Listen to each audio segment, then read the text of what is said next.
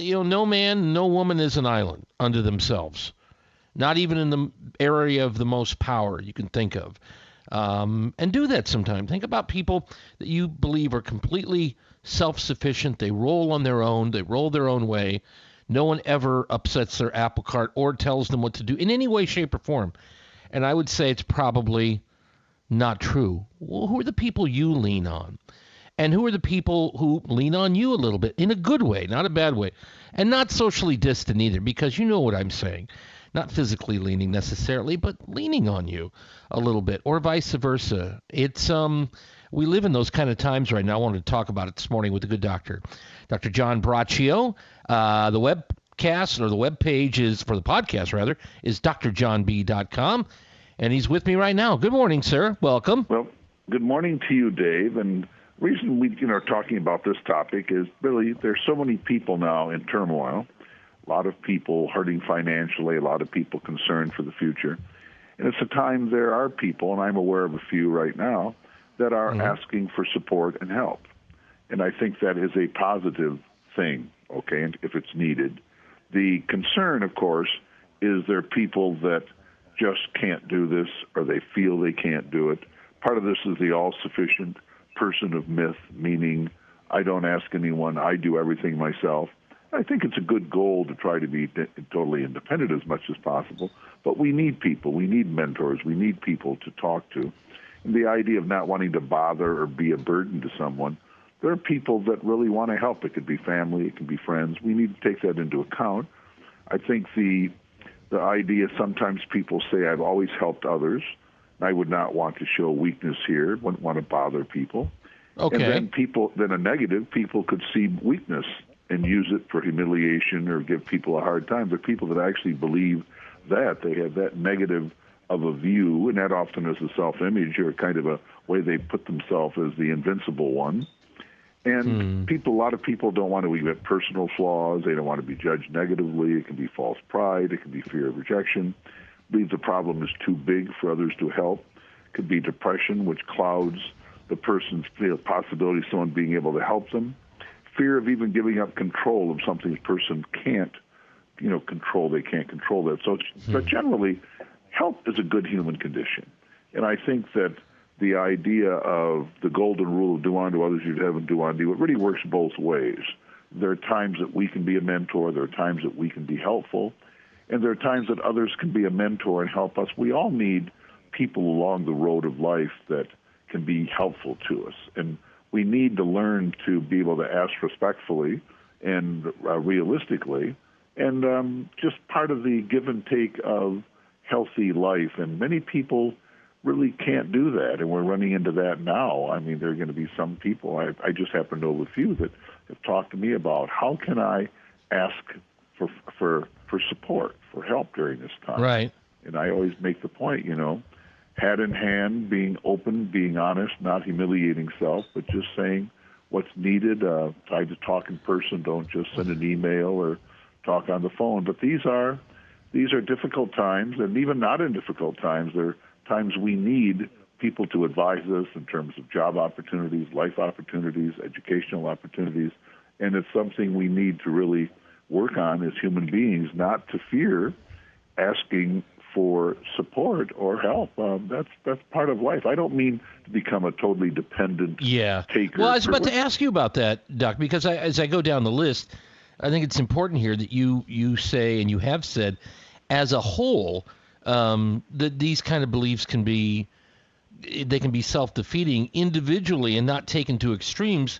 They can be attributes, but when in totality and when you start compiling, then they can be problematic for a person, right? Well, yes, that is true. I'm running into this too with some older parents, persons that don't want to be a burden. Okay, and I'm not talking about being a tremendous burden, but some parents really need more support than they're getting, and a lot of times children are willing to do that. A lot of times people are so busy in their life they're not even thinking about maybe it'd be good to take mom or dad, to pick something up or do something. So it's a time on all sides. We all need to be looking about good intentions and trying to be helpful. But it is something to take a look at the ability to ask for support, ask for help, that this is a skill many people really don't have, and many people believe it's the wrong thing to do, that they have to be totally independent. I'm fully supporting the idea that if you can lead a life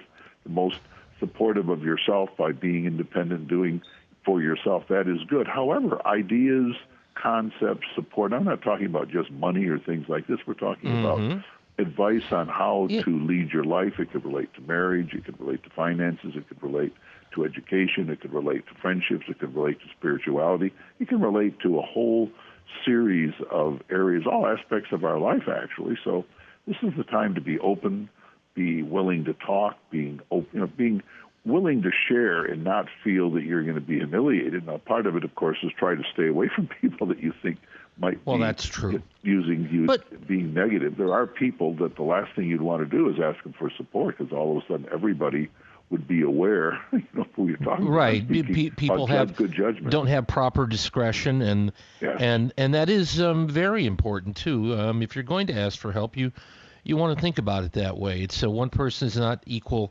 necessarily to another. Do you think that, though, there's something about our culture? I think there's something in the American culture that really does celebrate the person who is fully independent, that never has to ask for help. And as a societal a thing that maybe other cultures and societies don't quite have the same. Ours is a little unique, maybe different. Does that come into play here in our culture? I do believe that. Even the younger folks listening might not remember as well, but John Wayne kind of represented the That's American true. man, the guy who could handle any problems and always was there. Even on movie sets, as big as he was, they would lower the ceiling so he even looked bigger, if you can imagine that. So, but again, I think that type of a myth, the American myth that can do anything, that is, the mighty lumberjack. I mean, that's part of the American culture. And I think it's a good part of the culture. I think it's led to enormous ingenuity, incredible achievement as a society, as a people, as individuals. However, when you take it to the extreme at the micro level, I think it can be destructive, because even in the myth, there are people. You can take Andrew Carnegie. He had so many people that helped him that he never forgot, I might add, people that helped him. Anybody who's really successful, there have been people that advised them, gave them good ideas. So the idea that you can lead a life alone is really a myth. We have to choose mentors and choose friends in a judicious manner. But if we make good choices, we're going to have people to give us advice, and we give them advice on a regular basis, and it's healthy and it makes you feel good. Helping people is useful. Like, I feel what you do is very useful. You try to educate the public. You give information, in addition to being a parent and a husband and a good human being.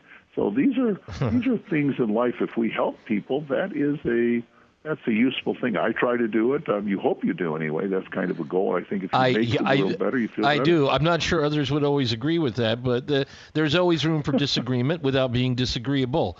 And if they are disagreeable, then I kind of try to tune that out, because we get enough of that coming at us. But your point is well taken. I get that too. And I think, with what we do here and what you bring to it, I mean, I was listening to your spot to the commercial, and I thought, I've known the doc for a long time now, but I've got to know you better since I've done this show. I knew you before, but I knew you, everybody doesn't know this, but the doc wrote some funny books back in the day. I don't mean funny like, hide this in the drawer. I mean funny like, books on humor involving Michigan State and football, whatever. And that's how I got to know you.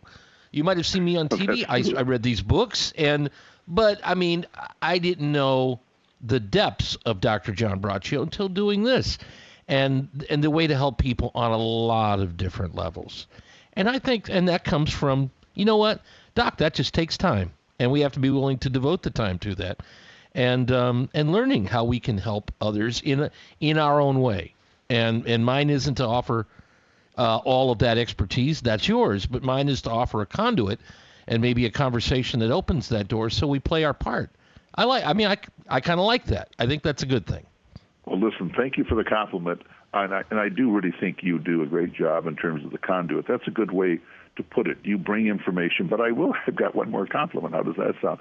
You do tend to understand, certainly in my field, you ask good questions, you have a background, and anytime we talk, you do spend the time to go back and try to understand what it is, what are the issues. And I think that's really good because, I've done a lot of radio and TV work over the last 40 years. So, I mean, it's good that we can kind of work closely on that. And something like this, too, I think shows that when people try to be helpful to others, which you do and I think I try to do, that is a positive thing. And there's another point you mentioned I think is very true. Not everybody is wise, but in order to gain wisdom, we do need to live a long time, okay, in terms of really picking up the ideas, concepts, see experiences.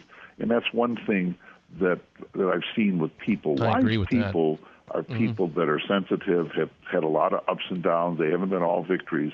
But from it, they've learned how to live a life. And those are the people that we do want to be with in terms of seeking advice and having them try to be helpful to us. I think those are the gems. Those are the golden people in life. And sometimes people have access to them, and they just are blind to them or just choose not to utilize them. So it's part of our topic today. I think we want people to be seeking support and help in a judicious and fair way, in a good way. But if you need help, there are a lot of people that care, that want to be helpful. But part of that, of course, relates how helpful have you been? I mean, what type of person have you been? That has a lot to do with how people are going to react to you. Well, and the help offered today by the good Dr. John Braccio, PhD, Regional Psychological Services in East Lansing. You can go to drjohnb.com. Podcast will be there shortly. Always good to talk to you, my friend. This is you know what, it's fun. Not every subject is enjoyable, but it's fun to go back and forth here in the inner sanctum of the mind and expand out on that. We do so each and every time. Take care. Same to you, Dave. Have a great day, buddy. All right, Bye-bye. Absolutely. The Morning Wake Up will be back here shortly. Now, I have learned a lot from the doc. There's no question about that. Over these, I'm going to say many years. I've been 5 years on the show. We're back on 1320. Don't go away. WILS.